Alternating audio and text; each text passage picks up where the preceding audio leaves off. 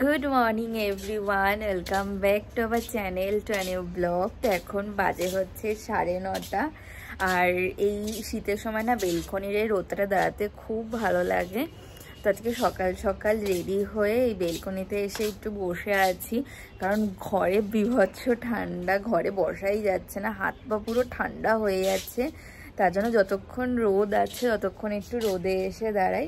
আর দেখো আমার গাছগুলো কি সুন্দর লাগছে, কালকে যেগুলো আনলাম কিনে।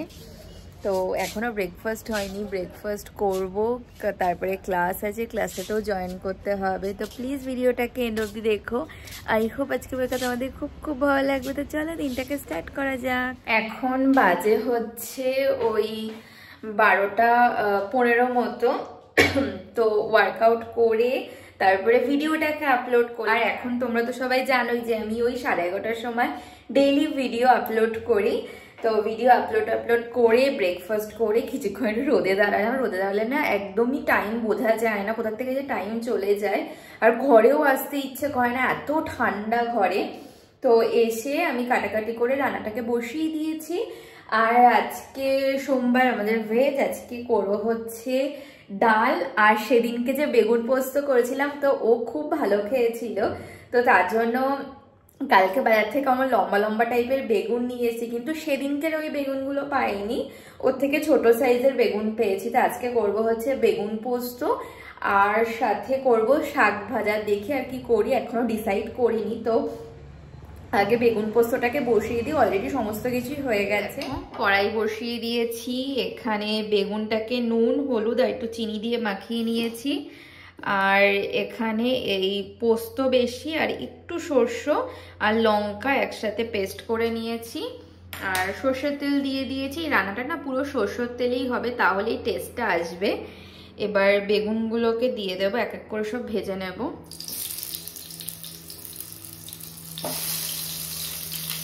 আর ফ্রাইং প্যানে করছি কারণ বেগুনগুলো না একসাথেই সব ভাজা হয়ে যায়, কড়াইতে করতে গেলে অনেক টাইম লাগে।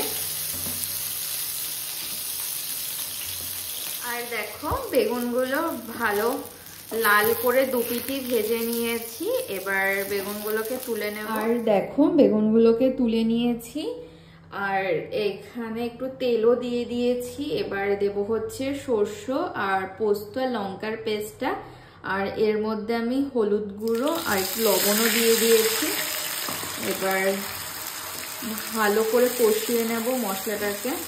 দেখো একটু লাল লঙ্কার গুঁড়ো দিয়ে দিয়েছি। আর এই মিক্সিং বোলটাকে ধুয়ে জলটাকেও দিয়ে দেব। এবার কষিয়ে নেব মশলাটাকে।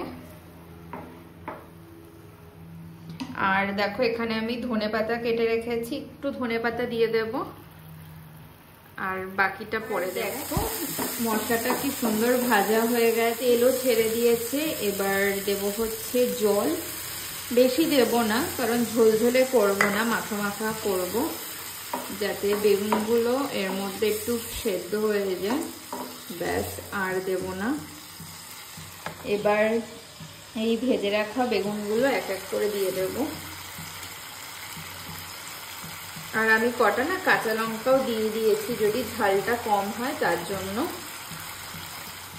আর দেখো হয়ে এসছে বেগুন পোস্ত।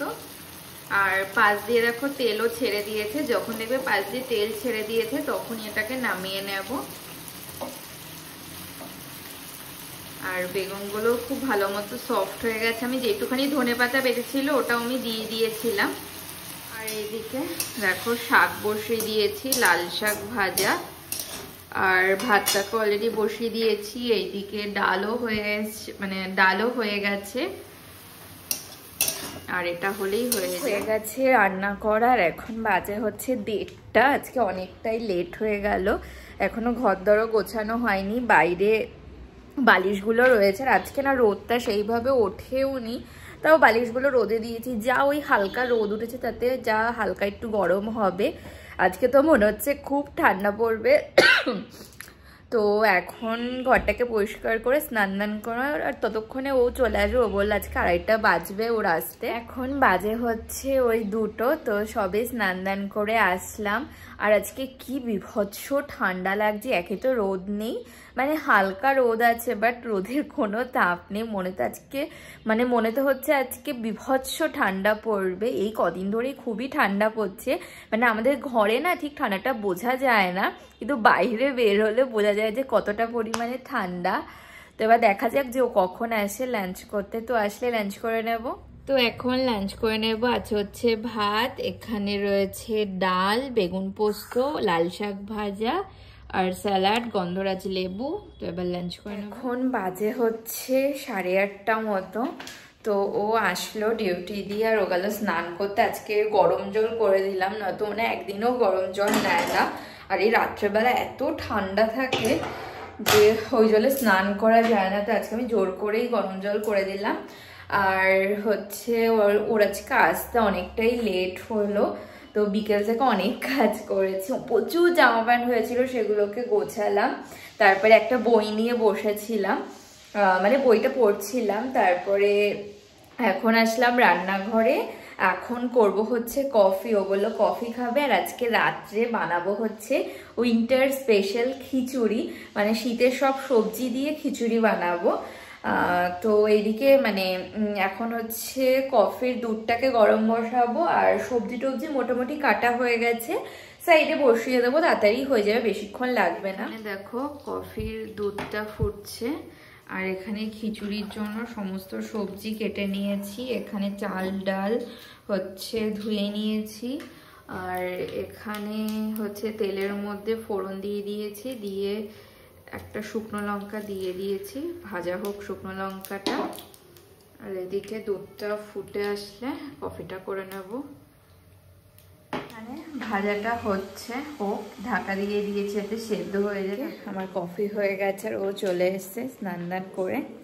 এখন বাজে হচ্ছে 10টা। তো আমার খিচুড়ি তো করা হয়ে গেছে।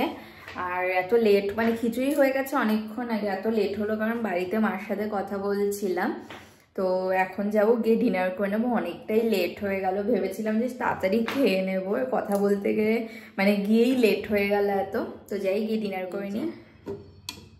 দেখো খিচুড়ি দেখতে বেশ ইয়াম্মি হয়েছে, সমস্ত সবজি টবজি দিয়ে করেছি।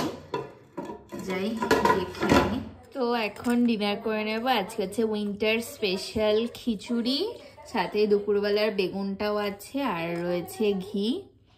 তো এবার ডিনার করে নেবো। Good morning everyone. তো আজকে হচ্ছে নেক্সট ডে মর্নিং, আর এখন বাজে হচ্ছে 11টা। তো এই সবেই আমার ওয়ার্কআউট ক্লাসটা শেষ হলো। ক্লাস করে এখন এই বেলকনিতে বসে আছি একটু রোদের বাইরে, মানে ঘরে বিভৎস ঠান্ডা, ঘরে ঢোকাই যাচ্ছে না। কিছুদিন ধরে খুব সুন্দর ঠান্ডা পড়েছে, মানে কার ভালো লাগে জানি না, বাট আমার শীতকাল খুব ভালো লাগে। মানে শীতকালে একটু বেশি ঠান্ডা না পড়লে ভালোও লাগে না। তো একটু রোদে বসে আছি। তারপরে এখন করবো হচ্ছে ব্রেকফাস্ট, তারপরে ঘরের কাজবাজ সমস্ত কিছু বাকি আছে। তো আজকের মতো ভিডিওটাকে এখানেই এন্ড করছি। যদি কিছু ভালো লেগে থাকে তো প্লিজ লাইক করো, কমেন্ট করো, অবশ্যই চ্যানেলটাকে সাবস্ক্রাইব করে দিও। দেখা হচ্ছে নতুন একটা ভিডিওর সাথে। আজকের মতো টাটা।